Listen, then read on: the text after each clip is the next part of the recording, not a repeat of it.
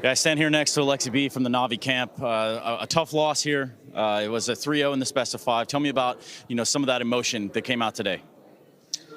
I think it's sad that we felt like we played only one match here, which was the Mirage as a team, and hyping each other up or just trying to fully emerge with the game and don't let any emotions bother us. I think it felt like kind of we were waving the white flag in the first two maps, but maybe that just tells that they were better prepared today, and they didn't let that happen to them, and that's good for them. That is absolutely the case. They came here prepared. Let me ask a little bit about that vibe you're talking about within the camp itself. Things aren't going right, or they don't work out in a round. Where's the fundamental breakdown? How does it turn into round losses? No, I just think that we made a couple mistakes, and it felt like we were enemies with each other rather than teammates. And that's sometimes crucial, especially if you're playing the final and you set the mood into being like you're in the final, and then everything kind of goes to the ground and even beyond that. And yeah, we couldn't dig ourselves out of there quickly enough, and we actually got into the overtime here in Mirage, and we felt so good, and that we're going to bring it back on the overtime. And then after the third map, we have a break, and maybe we can refocus on the last two. But they ended up playing really solid on the overtime, and kudos to them.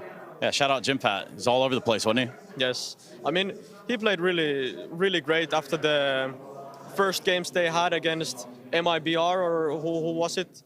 And I think after that, he got rid of the nerves like his brother back in the day. I feel like he never had nerves, and Chimpa showed that when they went further and further, he just kept playing more amazing, and it's really good to have these kind of players of this caliber in Finland. It's just a shame that the game's changing, because I feel like with Chimpa they could do even more damage if CSGO was still rolling, but now it's a new game for everybody, and he's going to catch up, that's for sure. He's so young, but he's a natural talent, it seemed like. Hey, so let's go with this one as the last one, right? We are going through a game change here. This is an exciting time for Counter-Strike, probably a little bit of an exciting time for Navi.